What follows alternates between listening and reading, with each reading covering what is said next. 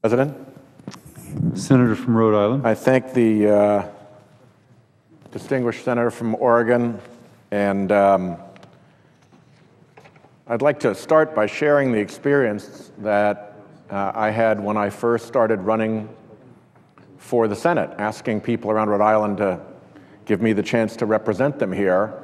One unforgettable day was walking along a factory floor, and as I was walking along, I looked down and I noticed there were holes in the floor, in the concrete pad of the factory floor. And I asked, why are the holes there? And they explained, oh, well, we used to have manufacturing machinery here. Those are the bolt holes. And we unbolted the machinery and we shipped it overseas to a Central American country where the same product is made for the same buyers on the same machine, but it's made by foreign workers. That's the memory that I have when I think about these trade agreements. And it's not just that one machine that went overseas. Rhode Island, not a big state, has lost more than 50,000 good-paying manufacturing jobs since 1990. So I start with a state that has been on the losing end of these trade deals. People say that they're going to enforce the environmental and human rights and labor and safety requirements of these agreements. I haven't seen it. I'm now at the stage where I don't believe it. You're going to have to prove to me. You're going to have to establish a record of forcing these things before I'm going to believe it again. I've been told this for too long. I just don't believe the enforcement any longer. And I got to say, I don't like the process very much either. It is secret. We are kept out of it. Who's in it are a lot of really big corporations.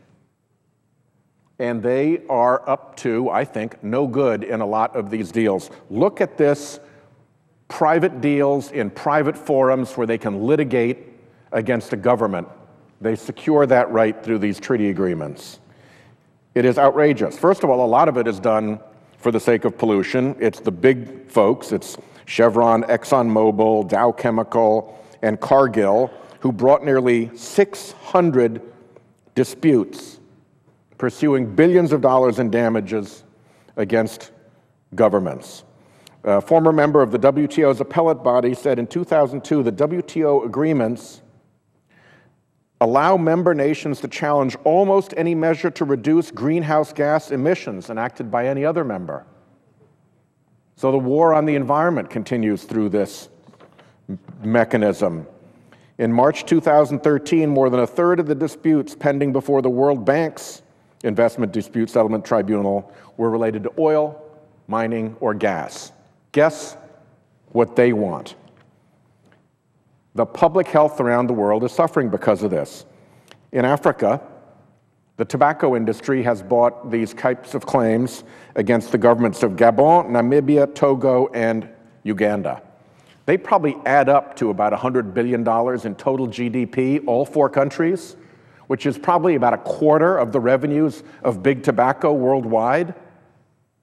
So this is a question of pure raw economic power by massive corporate interests being used to make governments knuckle under on public health issues like tobacco. That's just wrong. And it can displace the regular private systems of courts. Chevron was asked to clean up contamination that it had left behind. It lost in the courts in Ecuador. It lost in the courts in America.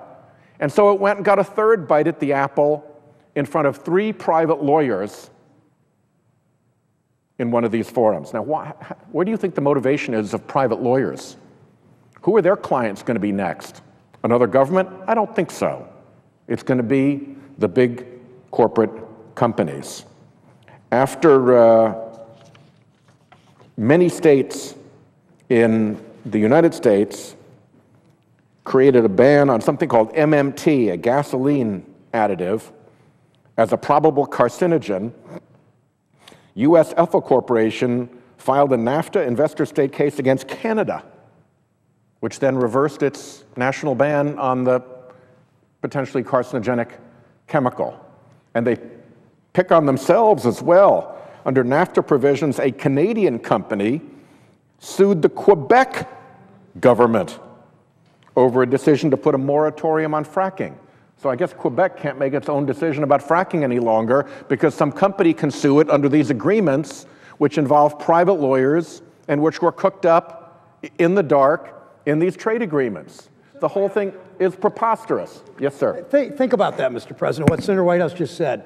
A U.S. company that made an additive to gasoline filed suit against a Canadian law, a public health law that the Canadian legislative body passed because they believed in clean air.